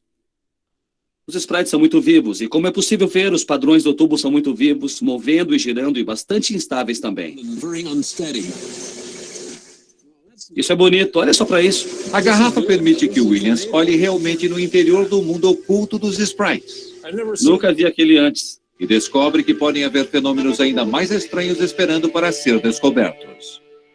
Cientistas que estudam sprites esperam o inesperado. O que foi aquilo? Mas nem mesmo eles estão preparados para isso. Você viu? Foi tão bonito. Porto Rico, 2001. Um jato de luz azul parte do topo de uma nuvem de tempestade, viaja mais de 64 quilômetros nos céus. Outras visões confirmam, esse não é um sprite. Ele viaja para cima e não para baixo, desde a nuvem e não da atmosfera média. É uma espécie totalmente nova chamada Blue Jet, ou jatos azuis. Quando vi o vídeo, fiquei como que é realmente espetacular. Eu me pergunto o que era aquilo. Blue Jets são um mistério. Ninguém realmente sabe como são gerados. E a coisa não para aqui. Em seguida vem uma espécie ainda mais rara, Elvis. O impulso de um raio aciona um halo horizontal de luz cerca de 96 quilômetros acima da Terra, que se espalha rapidamente até um diâmetro de mais de 400 quilômetros. Praticamente todo mundo que partiu com um novo instrumento ou para uma nova região do mundo para observar acima das tempestades em busca de algo novo, encontrou algo novo. Sprites, Blue Jets, Elves. Uma lista de personagens saída direto de um conto de fadas. Mas seriam eles tão inofensivos quanto seus nomes sugerem? O que significaria encontrar um deles de perto? Os pilotos de teste da NASA voam através de uma tempestade com raio regular. É uma viagem turbulenta, mas é uma viagem segura. Aeronaves modernas são projetadas para receber um impacto direto. A corrente flui ao longo e para fora de sua estrutura e continua rumo ao solo. Um raio comum tem uma largura como a de um lápis, mas esses monstros podem chegar a 320 quilômetros. Aeronaves podem operar na mesma altitude dos Blue Jets e passam pela mesma altitude que os Sprites e Elvis. O que seria voar através de um desses misteriosos fenômenos? Essa é uma das perguntas que estamos tentando responder. O que está acontecendo dentro deles e se isso poderia representar uma ameaça à aeronave nessas altitudes? Até agora, nenhum dano causado por Sprite, Blue Jets ou Elvis foi registrado. Mas enquanto as investigações prosseguem, essa continua a ser uma possibilidade. O estranho produto do raio habita um mundo que foi apenas vislumbrado por nós. Altos demais para amostras através de balões ou aeronaves. Baixos demais para satélites. Assim como as profundezas dos oceanos, ninguém sabe que outras criaturas esperam para serem descobertas. Uma vez que tantas coisas foram descobertas nos últimos 15 anos, eu não me surpreenderia se houvessem mais coisas aí fora esperando para serem descobertas. Acompanhamos um raio em seu caminho através da atmosfera terrestre. Desde seu devastador impacto sobre o solo, até seus espetaculares efeitos posteriores acima das nuvens. Agora nossa jornada nos leva para o espaço sideral, enquanto descobrimos por que a vida como a conhecemos poderia depender dos raios. A Guerra Fria. Uma operação americana super secreta com o nome Starfish Prime. O objetivo? Investigar os efeitos de uma guerra nuclear no espaço. 9 de julho de 1962. Uma ogiva nuclear de 1,5 megaton é detonada a 400 quilômetros acima do Oceano Pacífico. A explosão acontece em uma área de radiação natural chamada Cinturões de Van Allen. Envoltos ao redor da Terra como duas rosquinhas gigantes, eles estão repletos de partículas radioativas e representam uma ameaça a astronautas e satélites. No Centro Espacial Goddard Space Flight Center da NASA, próximo a Washington, Jim Green monitora a radiação dos cinturões. É uma área bastante perigosa. Essas partículas estão se movimentando tão rapidamente que irão se mover através da pele, através da carne, tecidos e também através da espaçonave, danificando os circuitos delicados e finalmente fazendo parar os satélites no espaço. Entre os cinturões, há uma área com muito menos radiação, chamada de Safe Slot. Ali estão os satélites comerciais, operando na segurança de um ambiente com baixa radiação. Mas a ogiva Starfish Prime envia uma enorme quantidade de radiação diretamente para o Safe Slot. Níveis de radiação elevam-se muito. Os satélites param de funcionar. Mas então, apenas umas poucas semanas depois, o slot está livre de radiação. Cientistas da NASA estão estupefatos. Alguma coisa recriou o Safe Slot. O quê? Desde então, procuramos determinar por que aquele slot está ali. Logo há um avanço. Pesquisadores percebem que violentas tempestades solares bombeiam partículas radioativas no espaço. Quando isso vem em nossa direção, a radiação impregna o Safe Slot. E então, como que por mágica, ele fica livre e o slot fica seguro novamente. Mas não tudo de uma só vez. E essa é a pista vital. O que quer que seja que libere o Safe Slot parece ser mais eficaz em alguns momentos do que em outros. É mais intenso do lado dia do que do lado noite. E é mais intenso durante o verão do que durante o inverno. A prova aponta para o Sol. Mas, em 2004, Green tem a oportunidade, por acaso, de olhar uma revista. E tudo muda. Um artigo sobre a distribuição dos raios chama sua atenção. Os belos mapas de raios mudaram minha concepção de onde eles eram, na verdade, gerados.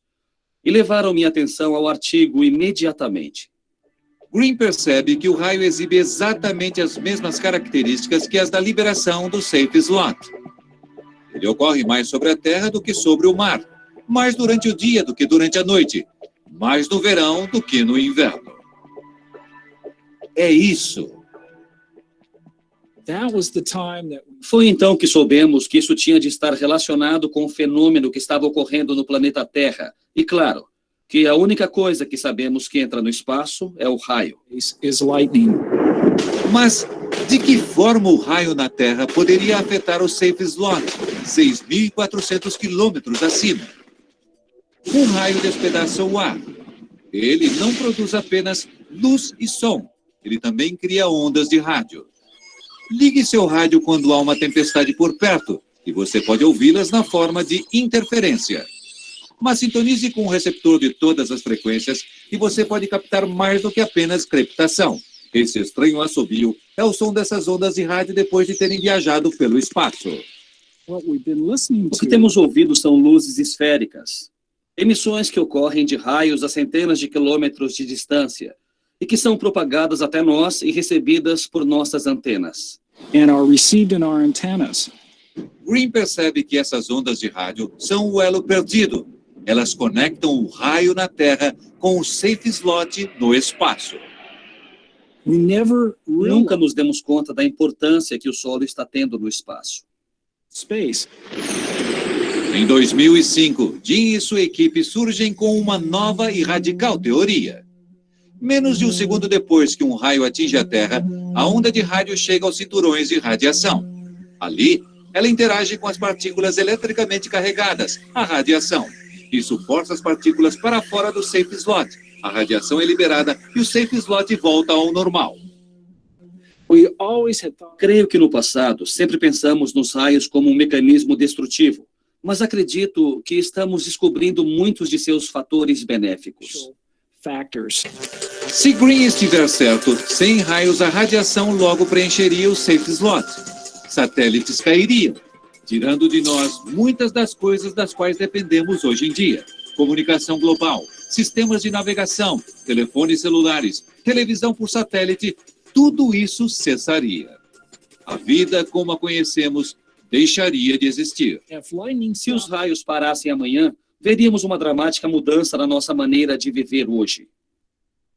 Ele é provavelmente uma daquelas partes fundamentais da equação que realmente contribui para a vida no planeta Terra.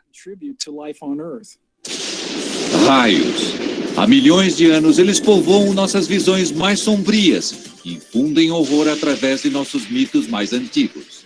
Hoje, estamos mais perto do que nunca de desvendar seus segredos. E quanto mais descobrimos, mais os raios desafiam nossas expectativas.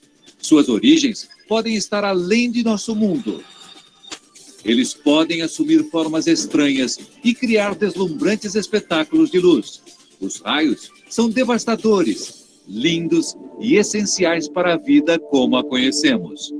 A incrível jornada de um raio, desde o espaço sideral até o funcionamento interno do corpo humano. Vida e morte, destruição e criação. Tudo isso em menos do que um piscar de olhos. Versão brasileira Centauro.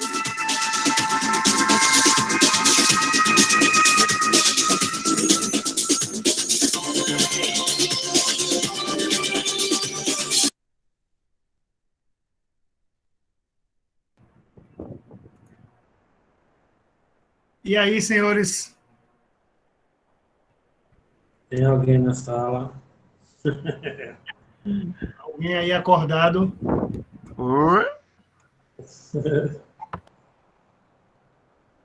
Diga, doutor Rafael, gostou? É muita informação, professor. Primeira, professor. É muito estudo aí, viu? É, bastante coisa. Essa é a parte boa de estudar as coisas. É verdade. Alguma pergunta, alguma dúvida? Ou só dívida?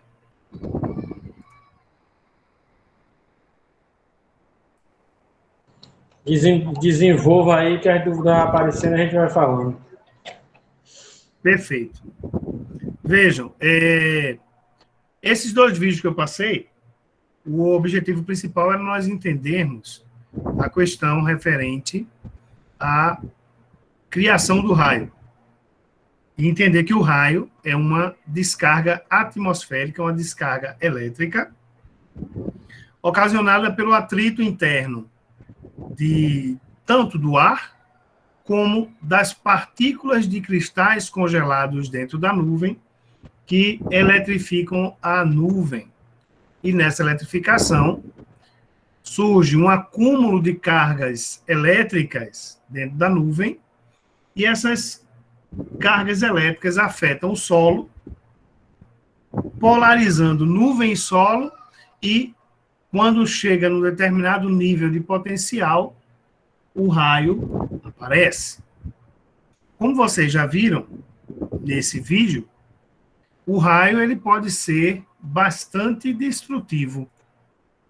Então, ele pode ocasionar a destruição, né, de árvores, de objetos físicos, de rochas, tudo isso porque o raio ele vem com uma quantidade de energia extremamente alta. E essa energia, quando ela circula por um determinado corpo, vai gerar calor, e esse calor gerado, ele é tão intenso e tão rápido que o corpo explode como se fosse uma granada. Uma árvore, um pedaço de concreto, ou, se passar por um ser humano, por menos intenso que ele seja, pode ocasionar uma parada cardíaca e, consequentemente, a morte. Quando nós falamos de SPDA, um sistema de proteção contra descargas atmosféricas, o que nós estamos falando, na verdade, é de um sistema que possa desviar essas correntes elétricas para o solo, no caso dele resolver enxergar a edificação onde você habita, um prédio, uma casa.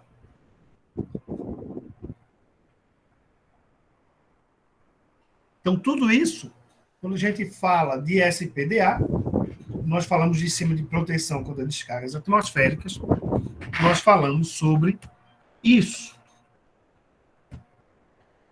As descargas atmosféricas, pessoal, eles causam sérias perturbações nas redes elétricas de transmissão e de distribuição de energia elétrica. Nós vimos nos vídeos que diversas instituições de pesquisa estudam os raios para entender como ele ocasiona a interferência nos equipamentos elétricos.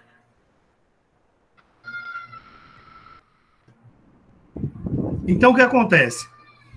Todo o estudo aqui no Brasil, quem faz esse estudo, quem trabalha com esse estudo, é o Instituto Nacional de Pesquisas Espaciais, com um subgrupo chamado ELAT. Eu já havia mostrado para vocês, né, que lá no ELAT você consegue ver qual a intensidade de raios que caem por quilômetro quadrado por ano nas diversas regiões do país e nas diversas cidades de Pernambuco.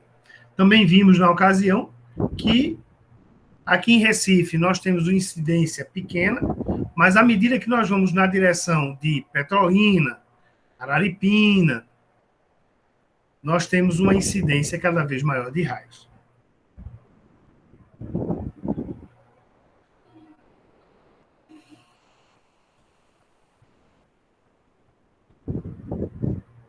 A formação do raio, vocês já viram. Eu não vou falar aqui, porque justamente o vídeo foi para evitar falar isso, para que vocês pudessem visualizar, né, a criação do raio. E o raio, ele é ocasionado aqui pela polarização da nuvem, e essa nuvem, ela pode eventualmente descarregar esse raio para a Terra. Vejam que no vídeo, não sei se vocês observaram,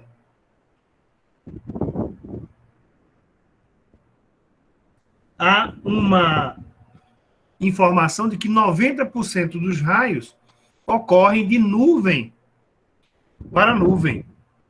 Ou seja, apenas 10% dos raios criados lá em cima se dirigem para a Terra. Isso é bem interessante, e graças a Deus que é desse jeito, né? Porque 10% já é muito. Se fosse um percentual maior, a gente dava um passo e levava um raio aí na cabeça. Não é verdade? As descargas atmosféricas diretas, tá? Elas são aquelas que ocorrem diretamente sobre as edificações ou sobre as linhas de transmissão. Então, o que acontece? Nós temos as diretas, e o que são as indiretas? Ora, as indiretas são justamente aquelas que não caem diretamente sobre uma edificação, mas que nem por isso deixam de causar problemas, tá certo, pessoal? Então, o que acontece? Quando a gente pensa numa descarga atmosférica, a gente pensa muito, né, quando pensa no raio, a gente pensa muito quando o raio caiu, atingiu uma estrutura. Porém, para que ela possa ocasionar problemas, ela não precisa incidir diretamente sobre a estrutura. Ela pode, tá, ocasionar, pode causar problemas mesmo não caindo diretamente sobre a estrutura.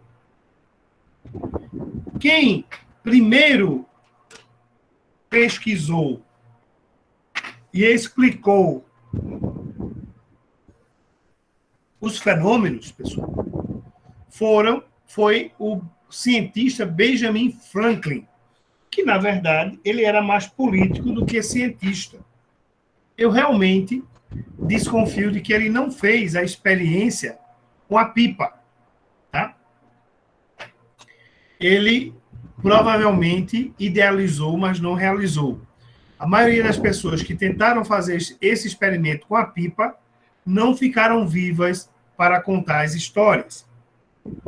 Mas, em princípio, tá, ele desenvolveu, com base nessa teoria e na teoria da observação dele, ele conseguiu, com certeza, explicar, né, como era um raio, né? Ele primeiro explicou que um raio era energia elétrica, e aí ele armazenou essa energia elétrica, ou parte dela, numa jarra de Leyden, numa garrafa de Leyden, tá? Que é basicamente um capacitor, e, em princípio, né, conta a lenda que ele sobreviveu a essas experiências. Então, o que acontece, pessoal? O uso de hastes de para-raio, tá? É uma coisa bem antiga. Foi idealizada em 1750, tá? E fez alguns experimentos em 1752. Observem que não é uma coisa nova, é uma coisa bem antiga, tá? E qual é o objetivo, né? Qual é o objetivo do SPDA? Qual é o objetivo do SPDA? Ora, o objetivo do SPDA é principalmente interceptar raios e conduzi-los para a Terra, reduzindo os danos causados por um raio. E esses danos, eles são causados, né, eles são proporcionais à intensidade, são proporcionais ao quadrado da intensidade dos raios. Observem, pessoal, o seguinte, que existem pesquisas que mostram que 90% dos raios que atingem a Terra, eles possuem uma intensidade de corrente menor ou igual a 10 Ka. Então, vejam, mais de 90% dos raios, eles possuem intensidade menor ou igual a 10 Ka, a 10.000 amperes. E apenas 5% possui intensidade maior do que 100 Ka. Então, observem que, graças a Deus, a maioria dos raios que incidem sobre o solo tem intensidade de corrente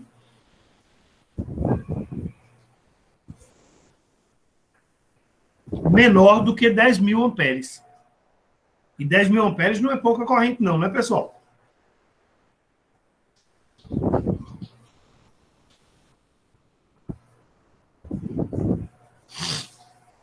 Vejam, como é que um SPDA pode ser dividido? Basicamente em 3 partes.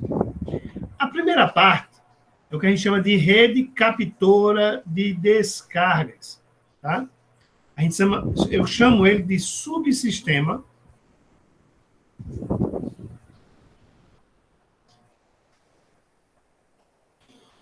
de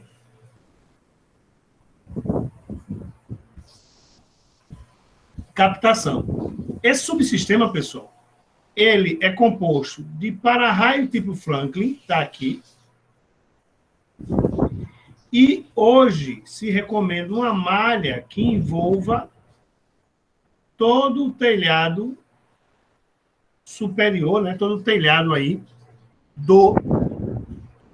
da edificação. O segundo elemento são as descidas. Então, o que acontece? É preciso que hajam descidas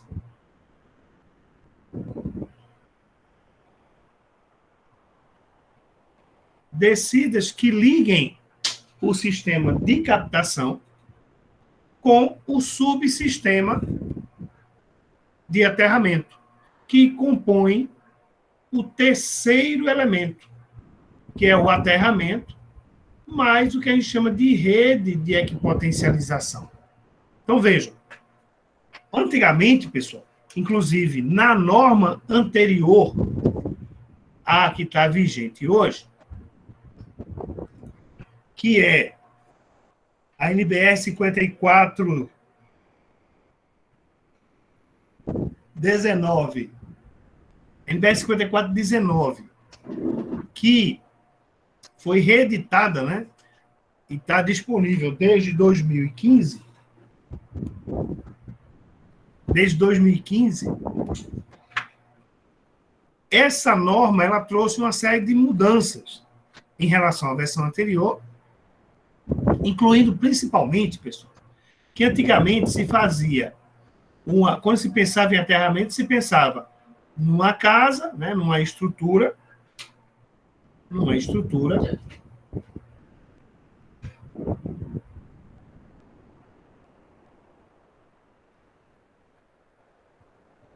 normalmente se pensava na casa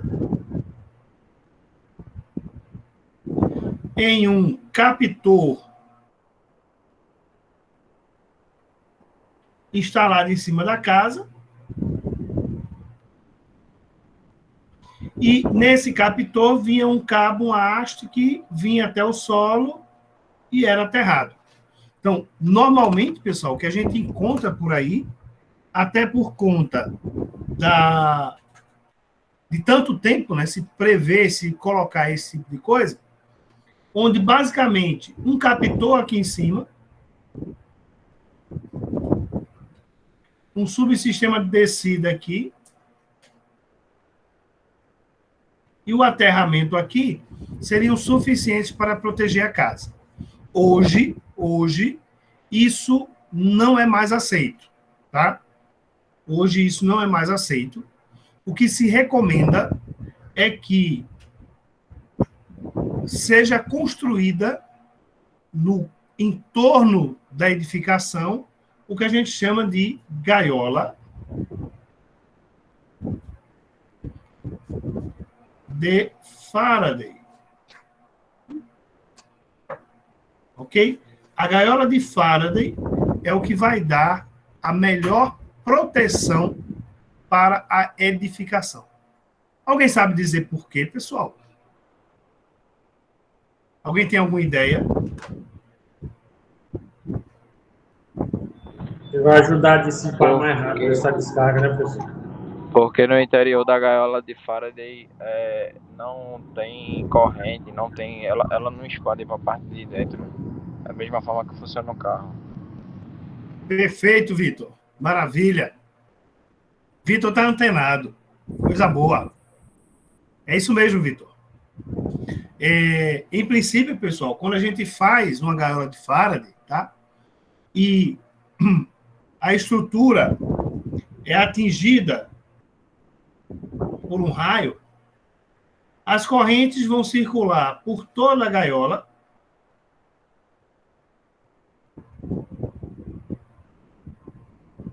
e dentro da estrutura não vão ser criados campos eletromagnéticos. Ou seja, devido à gaiola de Faraday, campos eletromagnéticos não serão criados dentro da estrutura, o que vai proteger os equipamentos eletroeletrônicos e também as pessoas que vão estar lá dentro. Ok? Então, quando a gente fala nisso, quando a gente fala de um SPDA, hoje, nós estamos falando de existir uma gaiola de Faraday. Infelizmente, a maioria dos sistemas de proteção contra descargas atmosféricas antigos, eles não têm essa estrutura. A maioria do que eu vejo, né, nos prédios que eu vejo, eles possuem uma ou duas hastes no ponto mais alto da edificação e, a partir dessa haste, descem dois cabos, um de um lado, outro do outro, e está feito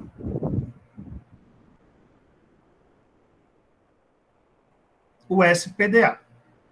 Tá? Na Latam Gaiola, Jefferson, traga a sua experiência para a gente. Positivo, pessoal. Lá é gaiola. Só que tem alguns pontos que estão em oxidação e está dando, quando a gente vai medir no terrômetro, está dando uma alteração. Aí tem que ou trocar os cabos da descida ou ver onde está com problema de ferrugem e oxidação. Isso. Na verdade, Jefferson, veja, os sistemas de SPDA, eles precisam regularmente serem feitos manutenção. Porque como eles ficam expostos, né, a sol e chuva, você vai ter, naturalmente, o desgaste e a oxidação dos pontos de contato. Então, o intervalo mínimo que se recomenda seria entre 6 meses a 1 ano, né, entre 6 meses a 1 ano, se está sendo feito uma revisão em todos os pontos de conexão do SPDA, tá? E fique atento, tá? De acordo com a norma nova, você não precisa necessariamente medir a resistência do aterramento. O que você precisa verificar é a continuidade entre o captor que está aqui em cima e a haste de aterramento que está aqui embaixo. Então, eu preciso verificar aqui, ó, a continuidade entre esses dois elementos, utilizando um miliohmímetro. Tá? Então, a norma hoje, ela desobrigou a necessidade de medir a resistência de terra, tá? Mas nos obriga a, durante um laudo, eu verificar essa resistência medida com 1 miliohmímetro aqui. E essa resistência, medida daqui de cima até aqui embaixo, deve dar menor ou igual a 2 ohms. Então, a resistência elétrica medida daqui de cima até aqui embaixo, a continuidade tem que ser menor do que 2 ohms. E para que eu possa fazer esta medida, eu preciso utilizar um miliohmímetro. Esse miliohmímetro deve injetar nessa malha, né, nesse sistema, uma corrente no mínimo de 2 amperes, para que você consiga fazer a medida adequadamente. Não adianta fazer a medida com um multímetro comum, tá, pessoal? Não é válido, nem é conclusivo. Poxa, professor, todo ano chega para mim o termômetro para fazer medições. Eu faço e dá muita diferença. Aí as caixas tá expostas. Tem algumas caixas que se quebram. Aí tem que trocar, tem que tirar foto, mandar para o engenheiro lá, o engenheiro faz o laudo, vê as melhorias e aplica, né? Mas sempre dá pau. Mas é como eu estou te dizendo, o laudo não é feito com termômetro, ele é feito com miliohmímetro. Pois você vai ter que dizer o engenheiro da empresa, professor. Não, mas não sou eu não, só é mandar ele ler a norma. Oxê, apoia direto com isso, professor. E entregue, direto. A norma diz que você usa um miliohmímetro, não um megômetro. O megômetro serve para você medir a resistência de terra. Você pode medir a resistência de terra. Mas a resistência de terra, ela não lhe dá nenhuma garantia de que o aterramento, de que o SPDA está bom. Por isso que eu preciso medir a continuidade, né? Eu preciso medir a continuidade desse cabo aqui, ó, o cabo que está conectado aqui na malha superior de captação com o solo aqui. Essa continuidade desse cabo aqui. Não, diga que ele lê a norma. 5419 mudou. Tá? 5419 mudou. Isso é bom, pelo menos o cara aprende mais uma coisa. Né? No caso, professor, seria o megômetro ou o termômetro? O senhor está falou megômetro aí. É o termômetro, né? Que antigamente era usado. Isso, exatamente. Para mim é o termômetro. Exatamente. Termômetro. Não é o termômetro que para ser usado, é para ser usado um miliohmímetro. Pois eu pensava que era o termômetro aí, né? O termômetro, pessoal, serve para você medir a resistência de terra. Eu sigo aquele Pablo Guimarães, não sei se o senhor conhece o engenheiro Pablo Guimarães.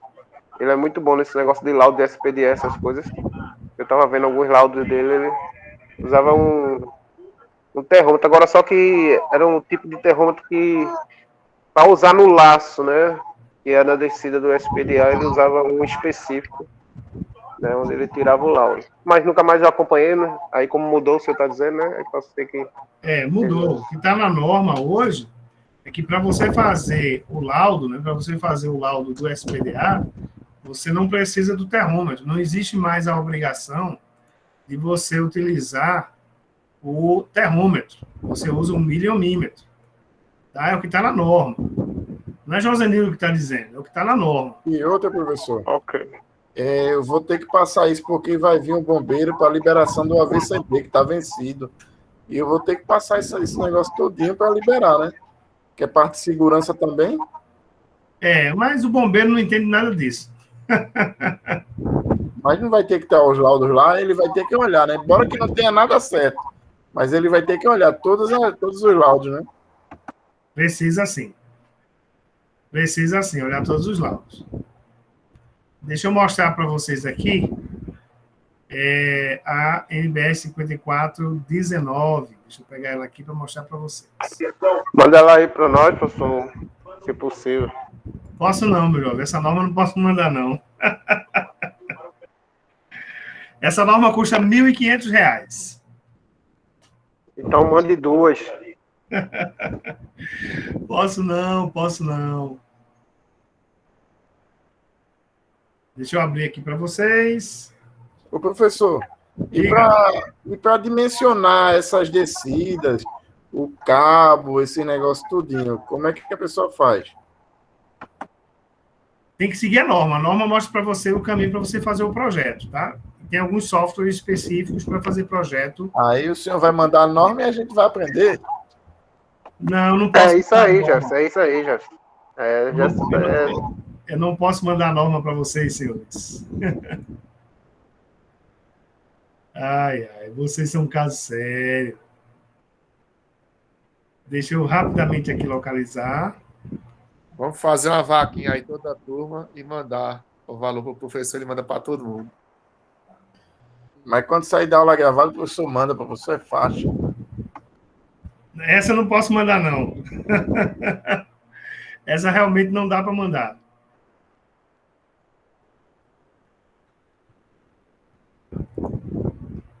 Deixa eu ver aqui rapidamente.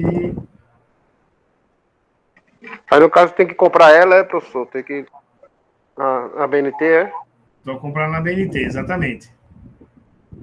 Comprar na BNT.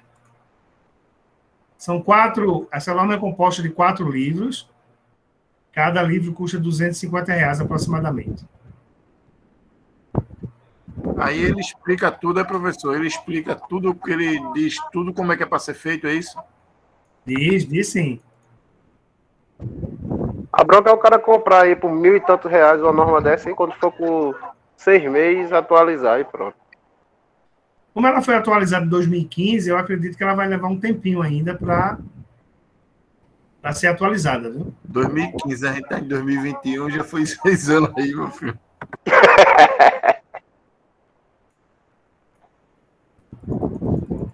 Ô, professor. Diga. Pode falar. Professor, é porque a gente na aula presencial lá, eu entrei há pouco tempo agora, né, e não sei o que eu falou sobre isso. O professor disse lá que se ligar o DR numa instalação de lâmpada, vai estar errada a ligação, lâmpada com tomada, o DR como geral. Veja, mas isso eu já falei para vocês, pessoal, que a norma recomenda que você tenha um DR específico para as áreas molhadas. Então, você tem o aterramento, né? Desculpe, o DR. Pela norma, você deveria colocar o DR para as áreas molhadas e para as tomadas. Porém, o que tem sido feito, né? O que tem sido feito, que você encontra no campo, é um DR como geral. Isso eu já falei para vocês, não é novidade isso. Ô, professor, eu quero saber se o DR vai atuar ou não. Ele disse que o DR não atua, professor. Isso daí eu sei o que o senhor falou, a norma que o senhor falou. Eu só quero saber se o DR atua ou não atua se eu colocar o DR para tomada de uso geral e lâmpada. Eu quero saber se o DR atua ou não. Olha, essa resposta você também já sabe, Reginaldo. Sim, professor, mas não é que eu sei, né? Que o senhor falou que atua, né? Só que eu estou em dúvida porque ele falou que não, e o senhor fala que sim, o outro fala que sim, o outro fala que não. Mas, olha, O problema, Reginaldo, é justamente isso que eu disse quando eu comecei a aula de hoje. A minha preocupação é que vocês não conseguem juntar o que a gente viu na teoria com a prática. O DR vê corrente de fuga. O DR vê uma corrente de fuga. Ele não sabe que tem uma lâmpada, que tem um motor ou que tem uma geladeira, não. O DR vê corrente de fuga. Se houver uma corrente de fuga que atinja 30 miliamperes, o DR desliga, ponto. O princípio de funcionamento do DR é comparar a corrente que entra, pensando num sistema monofásico, a corrente que entra no fase, retorna no neutro e vice-versa. Se entrar 20 amperes e no meio do caminho tiver uma falha de isolação e sair, né, e fugir 30 miliamperes, o que é que vai acontecer com o DR, Reginaldo? Não sou eu que estou dizendo, não. É o princípio de funcionamento do DR. Ô, professor. Foi isso que ele falou, professor. Ele falou que lá, né? Ele falou assim: essa lâmpada aqui, né? Ela trabalha com resistência. É uma resistência aqui. Então, se a corrente entrar, entrou todos os amperes, né? Quando volta tanto, aí o DR, ele disse: não serve para o DR, não, lâmpada não. Eu disse: foi lá em casa, é ligada às lâmpadas e as tomadas. E nunca deu problema, não. Eles dizem: então lá está tudo errado, tem que fazer a instalação. Professor, boa noite. Diga, meu jovem. Eu estava na hora que o professor disse isso aí. Sua voz está fugindo um pouquinho. Tente aproximar o microfone mais um pouquinho. O professor disse a Reginaldo e foi o seguinte caso. Ele estava ligando uma lâmpada incandescente. Ele acionou, a lâmpada acendeu. Aí o professor disse: poxa, era para o DR ter atuado, porque aqui é uma resistência, ela não vai sair a mesma corrente. Por isso que ele falou. Ele achou estranho porque o DR não atuou. E era uma lâmpada incandescente. Aí até perguntou: e por que no chuveiro não acontece? Ele disse: não, porque no chuveiro, o chuveiro é blindado, né, ou apropriado para o DR, ou ACR. Pronto, foi isso que ele falou. Mas, pessoal, a corrente que entra do lado de uma lâmpada sai do outro lado da mesma intensidade, pessoal. A gente viu isso em eletricidade básica. A lâmpada é um resistor, o chuveiro é um resistor. A corrente que entra de um lado sai do outro. Não sai diferente, não. O DR não vai atuar porque a corrente está passando numa lâmpada, não. Então eu tenho razão. Então eu tinha razão e tenho razão, né? Então o que eu aprendi está certo. Beleza, valeu. A lâmpada, pessoal, é um resistor. A corrente elétrica não vai sumir no resistor, não, pessoal. A corrente elétrica que entra numa lâmpada sai. Não tem para onde. Então, professor, é por isso que o Reginaldo está aí desesperado, por conta disso, que o professor disse dessa forma, que a corrente que entra e admite uma coisa na saída. É por isso que a gente não está desesperado querendo provar a teoria dele certa. Pessoal, veja, se você tiver...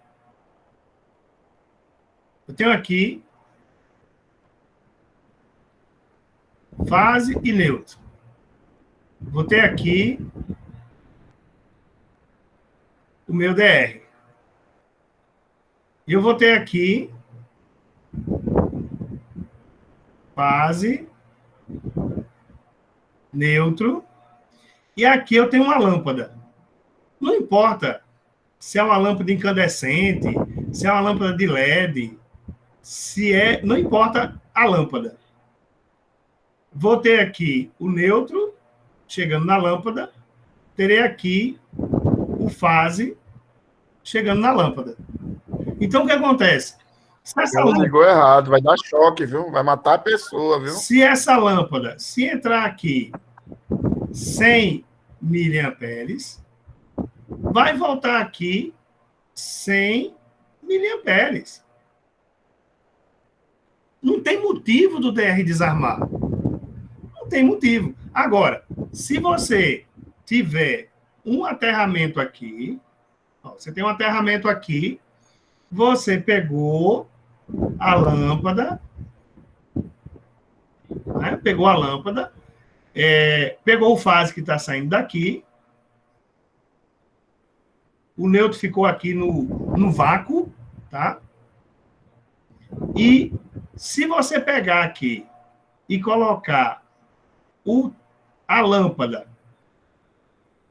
ligada no terra, aí vem 100 miliamperes aqui. Não voltou 100 miliamperes aqui. Voltou pelo terra. O que é que vai acontecer com o DR? Desarmou. Não importa, pessoal, qual é a carga que eu tenho aqui. Aqui eu posso ter lâmpada incandescente, lâmpada fluorescente, lâmpada de descarga, lâmpada de luz mista, chuveiro elétrico, forno micro-ondas, vai estar tudo aqui.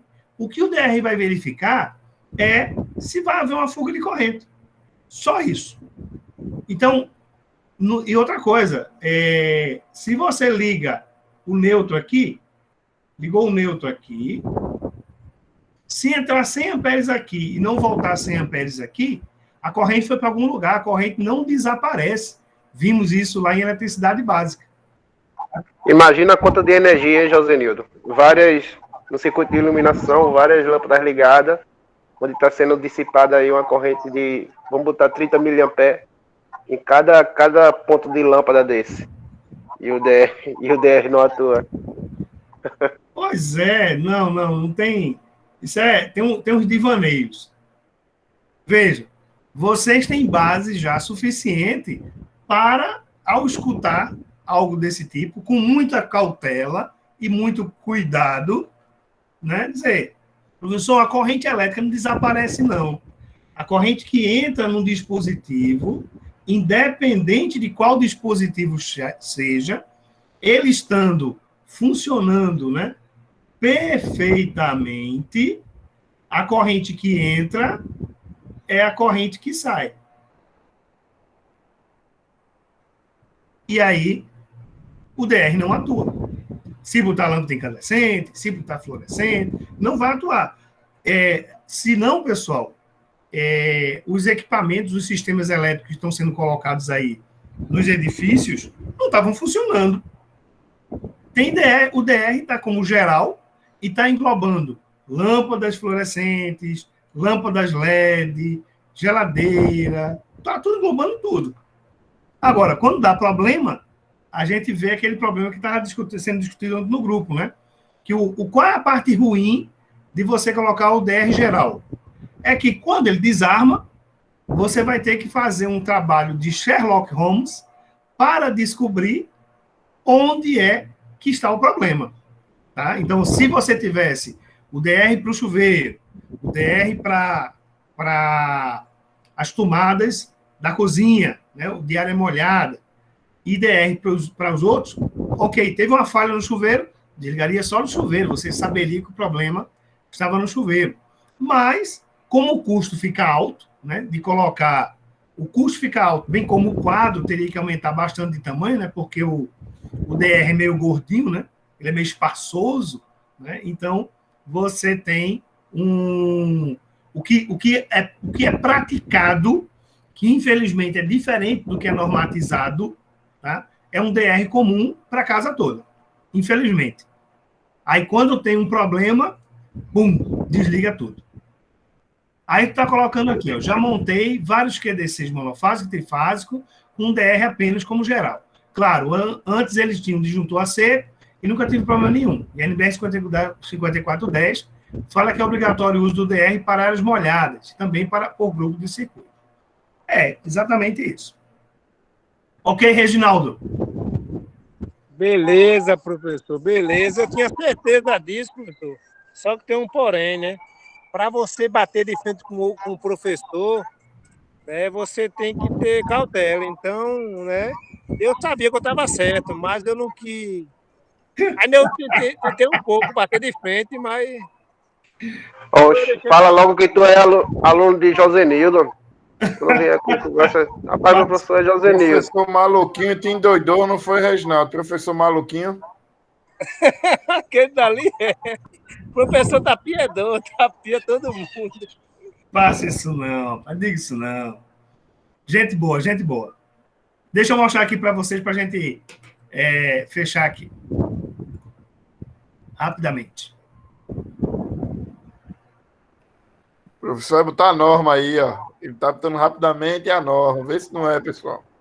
Quando ele botar, eu já tiro logo o print. Cada página é 10 conto. Ele botar, eu tiro o print aqui. Ó, deixa eu mostrar aqui. Ó. Ensaio de continuidade das armaduras. Tá? Ensaio de continuidade elétrica das armaduras. Então, o uso das armaduras de concreto é uma possibilidade, como integrante do SPDA natural. Pode ser estimulado desde que sejam seguidas recomendações descritas. Tá? Então, ó, ele fala aqui, ó, ensaios de continuidade das armaduras devem ser realizados com 2 objetivos. Verificação da continuidade elétrica dos pilares e, após a instalação do sistema, para verificar a continuidade de todo o sistema envolvido. A gente chama de verificação final. Os pontos de medição. Aí vamos voltar para cá, ó. Aqui eu tenho o milhomímetro. O milhomímetro tem 4 terminais. 2 terminais de corrente, 2 terminais de potencial. Um par de cabos é conectados aqui em cima. Um outro par de cabos conectado aqui embaixo, tá? O milhomímetro, pessoal, normalmente, ele é vendido, tá? Quando você compra ele, ele já vem com 95 metros de cabo, tá? Para você fazer essa medição. Então, você conecta lá em cima, tá? Conecta lá em cima, no topo do edifício, desce o cabo até aqui embaixo, tá? Desce o cabo até aqui embaixo para fazer a medida, tá? Com o milhomímetro, tá? E aí ele diz aqui, deixa eu só mostrar aqui, cadê?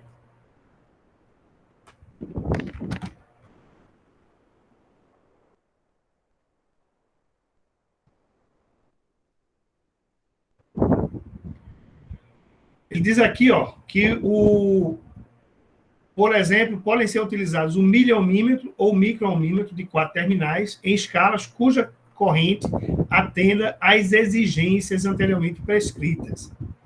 Não é admissível a utilização de multímetro convencional na função ohmímetro, pois a corrente que este instrumento injeta no circuito é insuficiente para obter resultados estáveis e confiáveis. Tá? Então, o instrumento que é utilizado para fazer o ensaio é o milhomímetro. Deixe-me mostrar mais uma coisa aqui para vocês. Deixe-me ver aqui.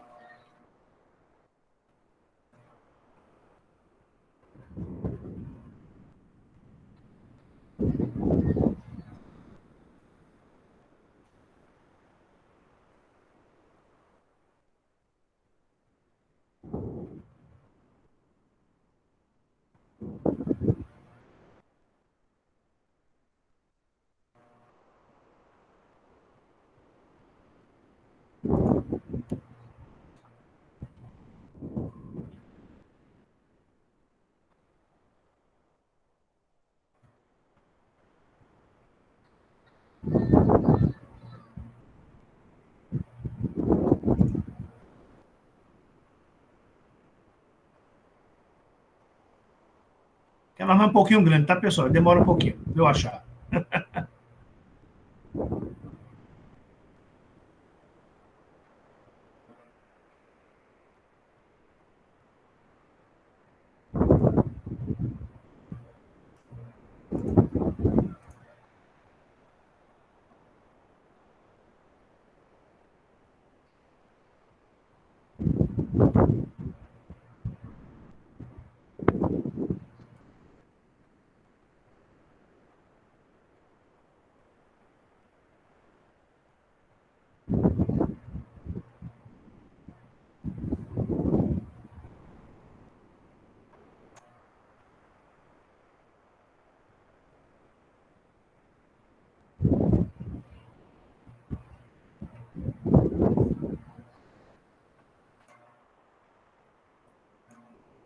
Cadê?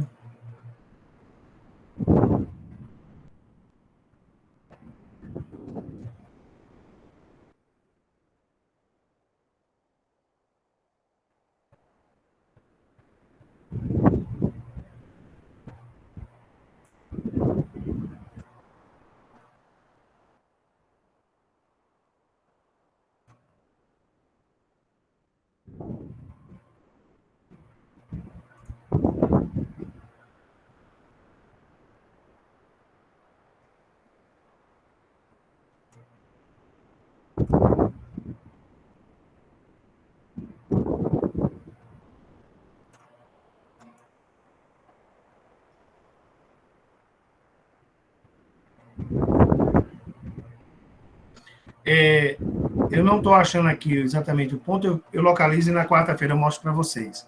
Mas vejam só, para vocês terem ideia, pessoal, vejam, os 2 pontos principais do SPDA hoje, ele envolve a continuidade da armadura, que é o que eu mostrei para vocês ainda há pouco aqui. Deixa eu ver se mostrou aqui, se eu tirei. A continuidade da armadura, que deve ser medida com 1 milímetro, que injeta no mínimo 2 amperes no sistema. Tá? E o outro elemento é a equipotencialização de um sistema de aterramento em malha. Tá?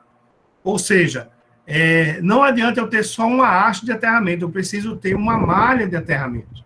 Tá? E essa malha de aterramento, tá? Ele não fala da medição de resistência de terra, mas ele fala da continuidade dessa malha. Essa malha precisa estar contínua, precisa estar conectada. Ok? Tranquilo? Questions? Dúvidas ou dívidas? Só uma dúvida. E a norma, você vai mandar que hora? Essa norma eu não posso mandar. Não posso. Oh,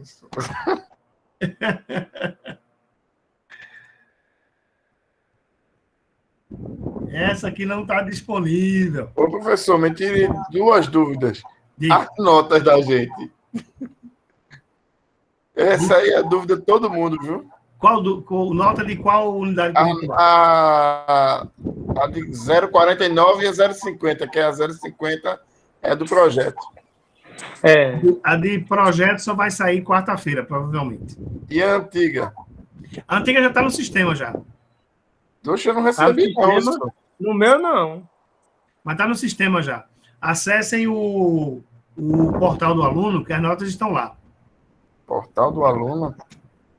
Então, eu vou cobrar do Senai, eu sei onde é, mas eu vou cobrar do Senai, colocar lá no AVA.